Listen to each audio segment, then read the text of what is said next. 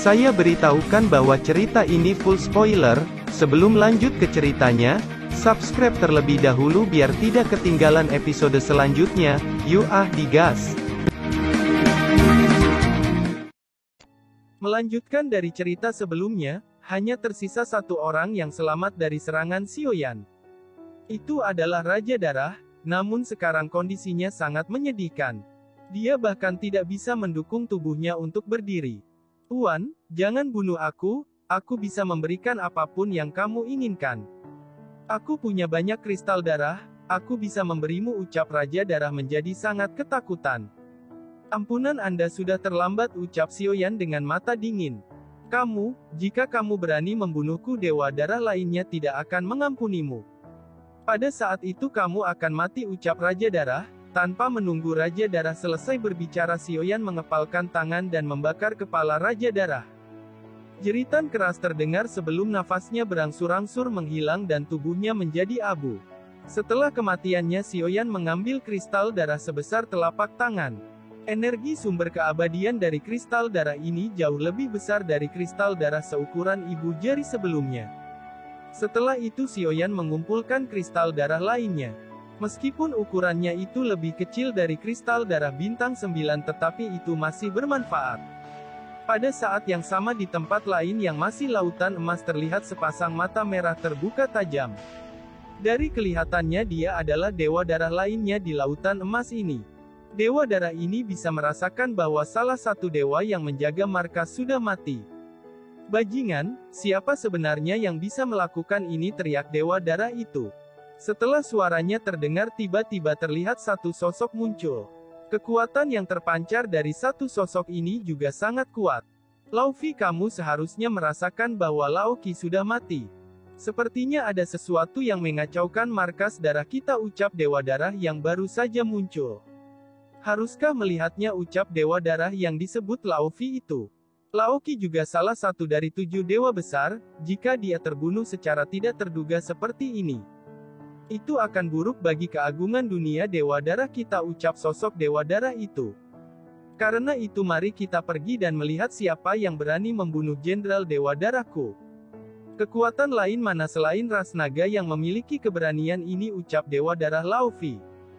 "Jika memang ras naga yang membunuhnya, kita tidak bisa hanya diam," ucap Dewa Darah itu. "Kita akan bergegas dan menyelidiki kematian Laoki," ucap Dewa Darah Laufey. Sin kembali ke kelompok Sioyan. Pada saat ini semua kelompok Sioyan berkumpul dan mengumpulkan banyak kristal darah. Sioyan mengeluarkan naga darah dari pagoda emas yang diambil setelah membunuh ketua aliansi bayangan sebelumnya. "Tubuh naga berwarna darah ini tidak besar, bisakah kamu mengerti apa yang saya bicarakan?" ucap Sioyan memandang naga darah. Dia menduga bahwa naga darah ini tampak ada hubungannya dengan monster darah di lautan emas. Melihat naga darah yang masih tidak berbicara, Sioyan menggelengkan kepalanya dengan senyum pahit. Dia terlalu melebih-lebihkan bahwa naga darah ini mungkin binatang roh. Sioyan sengaja tidak membunuhnya. Dia tidak tahu mengapa dia tidak merasakan nafas monster darah di naga darah ini. Ketika Sioyan akan berbalik, tiba-tiba sebuah tangan kecil meraih sudut pakaian Sioyan. Sioyan tertegun dan berbalik untuk menoleh tangan kecil itu. Hal yang mengejutkan Sioyan bahwa naga darah sebelumnya berubah menjadi gadis 5 tahun. "Apakah Anda benar-benar binatang roh?" ucap tertegun Sioyan. Tetapi jika itu adalah binatang roh dan sudah dapat menjadi bentuk manusia, seharusnya tidak sulit untuk berbicara. Naga darah yang berubah menjadi gadis kecil ini tampaknya tidak bisa berbicara. Dia hanya menarik-narik pakaian Sioyan. "Bisakah Anda bicara?" ucap Sioyan bertanya lagi. Di bawah tatapan Sioyan, gadis kecil itu sedikit membuka mulutnya dan mengucapkan kalimat "naga." Gadis kecil itu terus mengulangi kata-kata "naga." Sepertinya dia tidak akan mengatakan apa-apa kecuali 2 kata ini. "Apakah kamu dari ras naga?" tanya Sioyan. Gadis kecil itu menatap Sioyan lalu menganggukkan kepalanya. "Jadi Anda adalah ras naga? Sekarang kita sudah ada di lautan emas, kita bisa pergi dan menemukan keluarga naga Anda," ucap Sioyan. Gadis kecil itu menatap Sioyan dan kemudian mengulurkan telapak tangannya. Sepotong sisik naga berwarna-warni muncul di telapak tangan gadis kecil itu. Ketika Xiaoyan melihat sisik naga ini, tiba-tiba dia memiliki perasaan yang sangat akrab. Sisik naga ini, apakah ini Zian? Ucap Xiaoyan mengambil sisik naga di tangan gadis kecil itu. Dia mengamati dengan seksama dan kemudian matanya berkedip cerah. Meskipun dia tidak yakin apakah itu terkait dengan Zian, tetapi ini sangat mirip. Dugaan Xiaoyan sebelumnya mungkin benar bahwa Zian kemungkinan besar ada di sini. Gadis kecil itu berbicara kata-kata naga lagi dan lagi. Tangannya yang kecil menarik pakaian Xiaoyan, tampaknya keluarga naga ini meminta saya pergi ke sana. Gadis kecil, yakinlah saya akan mengirimmu kembali ke keluarga naga dan saya juga akan melihatnya berdasarkan sisik ini, ucap Xiaoyan menatap gadis kecil itu yang tiba-tiba tertawa. Gadis kecil itu tampaknya mengerti oleh kata-kata Xiaoyan. Scene berganti, di ujung lautan emas ada bangunan beraneka warna. Dan dua front besar tertulis di aula utama, yaitu Istana Naga. Sosok ungu duduk di tengah-tengah Istana Naga, dia adalah Zian. Pada saat ini mata tertutup Zian tiba-tiba terbuka. Matanya terbuka dalam ledakan cahaya ungu yang tiba-tiba. Ini, bukankah ini denyut leluhur? Apakah kamu merasakannya? Arahnya seharusnya tidak jauh dari ras duyung, saya dapat merasakan keberadaannya. Kemunculan leluhur sangat penting, kita harus pergi dengan cepat dan melindunginya, ucap Zian. Dia tidak bisa menyembunyikan kegembiraan dan kemudian menghilang dari Istana Naga setelah berbicara. Segera di seluruh Istana Naga beberapa tokoh terbang keluar dari Istana Naga. Kekuatan mereka memancarkan aura yang sangat kuat, mereka bergegas ke lautan emas di mana Ras Putri Duyung tinggal. Scene berganti, Xiaoyan duduk mengawasi semua kelompoknya yang masih bertempur dan membersihkan monster darah yang tersisa. Mereka adalah bukan bagian dari benua Dodi dan sudah selayaknya dihancurkan. Gadis kecil yang ditransformasikan oleh naga darah juga ada di samping Xiaoyan. Dia terus berjalan di sekitaran Xiaoyan. Ketika bosan, Xiaoyan mengambil kesempatan untuk mengambil kristal darah yang terkumpul dan memegangnya di tangannya. Melihat kristal darah ini, Xiaoyan tampak sedikit bersemangat.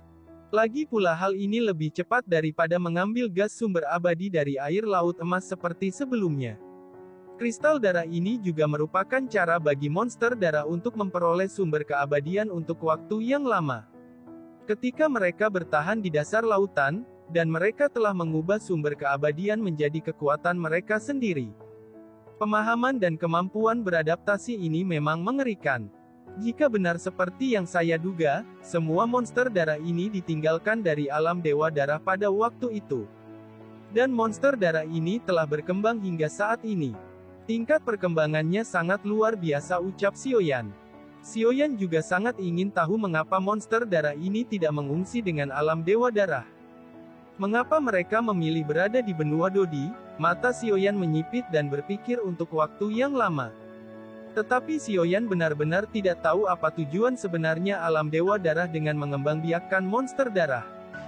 Puluhan ribu monster darah bintang 8 berangsur-angsur musnah di bawah penyiksaan kelompok Xiaoyan. Setelah waktu yang lama, Xiaozan mengecam monster darah bintang 8 terakhir dengan pukulannya. Lalu berbalik dan tersenyum kepada Xiaoyan, kemudian beberapa orang berkumpul di depan Xiaoyan dan masing-masing menyeret ratusan kristal darah itu. Tetapi kristal darah bintang 8 itu terlalu kecil. Tidak sebanding dengan ukuran kristal darah dari mayat raja yang dibunuh oleh Xiaoyan. Hanya ini yang saya kumpulkan, ucap Xiaozan tampak sedikit kecewa. Itu tidak masalah, kristal darah bintang 8 ini cukup baik, ucap Xiaoyan tersenyum mengawasi kerumunan. Dan kemudian mereka semua memberikan kristal darah kepada Xiaoyan. Untuk saat ini kristal darah tidak berpengaruh pada mereka kecuali Xiaoyan. Karena kristal darah mengandung sumber keabadian, dan sumber keabadian hanya berlaku untuk kekuatan Dodi bintang 9. Sedangkan mereka masih di 8 bintang yang hanya membutuhkan Origin Ki. Kristal darah Xiaozan, Molistrom, Ziying, King Muernan, Erming dan Long Yan dikumpulkan. Ada sekitar 2000 kristal darah bintang 8 di tangan Xiaoyan. Xiaoyan melihatnya dan mengangguk puas, dia tidak berencana untuk menyerapnya sekarang. Tetapi dia akan menyimpannya untuk mencapai Daoxian jika energi yang dibutuhkannya mencukupi. Ayo pergi, semua monster darah di sini telah diselesaikan. Mari kita kembali ke klan Duyung terlebih dahulu, ucap Xiaoyan kepada kelompoknya. Dia mengeksploitasi dengan kekuatan jiwa untuk memastikan tidak ada monster darah yang tersisa. Xiaoyan, kita harus melalui arus bawah ketika kita kembali, ucap Xiaozan. Berbicara tentang kembali, beberapa orang semuanya tegang. Semua dodi bintang 8 masih baik-baik saja dengan tekanan korosif arus bawah ini selama itu hanya sekali. Tapi jika itu kedua kalinya mereka pasti akan terluka. Xiaoyan juga mengerutkan kening meski dia tidak punya masalah melawan arus-arus ini. Tetapi Xiaozan dan yang lainnya bahkan Nan Erming bintang 8 menengah masih tidak bisa menahannya. Ini benar-benar masalah, tetapi bagaimana mau monster darah bintang 8 bisa melewati arus bawah untuk menyerang keluarga Putri Duyung? Pasti ada jalan pintas di sini, ucap Xiaoyan berpikir sejenak. Ketika Xiaoyan berpikir, tiba-tiba gadis kecil itu menarik ujung pakaiannya. Gadis kecil itu menunjuk ke tempat gelap di bagian bawah ngarai. Xiaoyan melihat ke bawah lalu mendeteksinya menggunakan kekuatan jiwa. Setelah itu dia tersenyum lalu berkata, itu memang benar. Di sana benar-benar ada celah, ucap Xiaoyan dengan mata yang cerah. Semua orang tidak melihat ke dasar laut, sebaliknya semua mata menatap gadis kecil di sebelah Xiaoyan. Ekspresi semua orang terkejut. Ayo, kita seharusnya bisa keluar dari lubang arus bawah dengan selamat, ucap Xiaoyan tidak memperhatikan bahwa mata semua orang menatap gadis kecil itu. Pembohong kecil, siapa gadis kecil ini, ucap King Muer mendengus dingin. Ini adalah naga yang saya temukan ketika membunuh ketua aliansi bayangan sebelumnya. Pada awalnya saya pikir itu adalah hewan peliharaan spiritual. Saya hanya membawanya dan sekarang saya baru menyadari bahwa dia adalah dari ras naga. Bahkan sudah bisa transformasi menjadi wujud manusia, ucap Xiaoyan. Naga, ucap serempak kelompok Xiaoyan, sementara semua orang memperhatikan gadis kecil itu. Gadis kecil itu juga memperhatikan mereka, matanya perlahan-lahan melirik kerumunan satu demi satu dan berhenti di tubuh Long Yan. Long Yan dan gadis kecil itu saling memandang untuk waktu yang lama. Long Yan mengerutkan kening dan dia sepertinya merasakan sesuatu yang aneh tentang gadis kecil itu. Kita harus pergi ke ras naga di masa depan, jika gadis kecil ini benar-benar ras naga. Maka segalanya akan lebih mudah ditangani, setidaknya ras naga tidak akan menjadi musuh kita, ucap Xiaoyan. Semua orang mengangguk dengan gembira, ini merupakan kabar baik bagi semua kelompok Xiaoyan. Adik perempuan ini sangat imut, izinkan saudara perempuanmu untuk berkenalan, ucap King Muer bergegas ke sisi Xiaoyan. Ia berjongkok dan menggendong gadis kecil itu. Muer, Anda sudah sangat cocok untuk menjadi seorang ibu, Xiaozan tertawa terbahak-bahak. Ayo bergerak, kita tidak memiliki banyak waktu yang tersisa, ucap Xiaoyan memberi isyarat dan semua orang segera bergegas bersama. Di bawah kepemimpinan Xiaoyan kali ini arus bawah tidak seburuk sebelumnya. Mereka semua melewati arus bawah dengan lancar. Setelah melewati arus bawah mereka berenang menuju klan Putri Duyung. Scene berganti, dalam klan Putri Duyung Qian Ning masih berdiri di mana terakhir kali kelompok Xiaoyan pergi.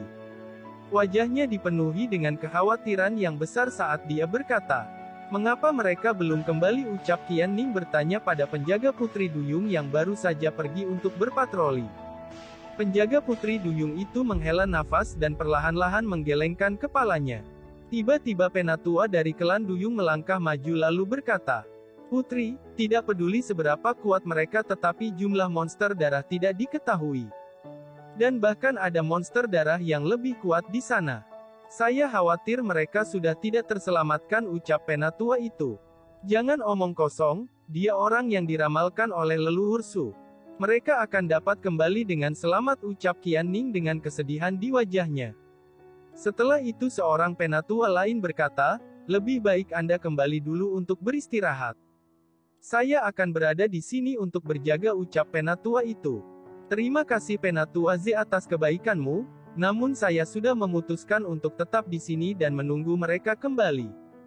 Jika mereka tidak kembali saya akan mencarinya, ucap Qian Ning berkata dengan serius dalam nada bicaranya. Selama Xiaoyan tidak kembali Qian Ning benar-benar harus mencarinya. Meskipun dia tahu itu sangat berbahaya namun Xiaoyan mengambil resiko ini karena dia Dan sekarang Xiaoyan tidak kembali, lalu bagaimana dia bisa tenang? Qian Ning yang tidak hanya menunggu sendirian, dia telah mengumpulkan sekelompok besar prajurit di sini. Penatua Zi, bukankah leluhur Su mengatakan bahwa selama dermawan yang diramalkan muncul, maka akan ada harapan bagi keluarga duyung kita dan akan ada harapan untuk benua Dodi ini. Saya percaya kita akan bangkit kembali, ucap Qian Ning berkata dengan sungguh-sungguh. Dan dia tidak percaya bahwa prediksi leluhur Su itu salah. Selain itu dia menyaksikan Xiaoyan dengan Buddha Lotus Flame menghancurkan 10.000 monster darah. Qian Ning benar-benar percaya bahwa Xiaoyan akan kembali. Dia juga percaya bahwa Xiaoyan adalah satu-satunya penyelamat klannya. Qian Ning menunggu di sini dengan posisi berdiri selama 2 hari penuh.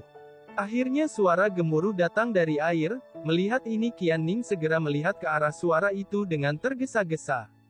Setelah beberapa saat dia melihat beberapa katak, Chang Hong datang perlahan melewati laut. Apakah ada kabar, ucap Qian Ning? Lapor putri saya mengkonfirmasi bahwa yang datang adalah Tuan Xiaoyan, ucap beberapa tokoh itu. Segera buka pelindung sekarang, ucap Qian Ning seketika menjadi sangat hidup saat mendengar kalimat Xiaoyan kembali. Setelah pelindung dibuka, sosok Xiaoyan terbang satu demi satu. Ketika Xiaozan melihat Qian Ning yang berubah memiliki 2 kaki seputih batu giok, pipi Xiaozan menjadi merah, dan matanya melebar tanpa berkedip. Selama Xiaozan diam-diam mengintip, tiba-tiba kepala Molistrom muncul di depan wajah Xiaozan.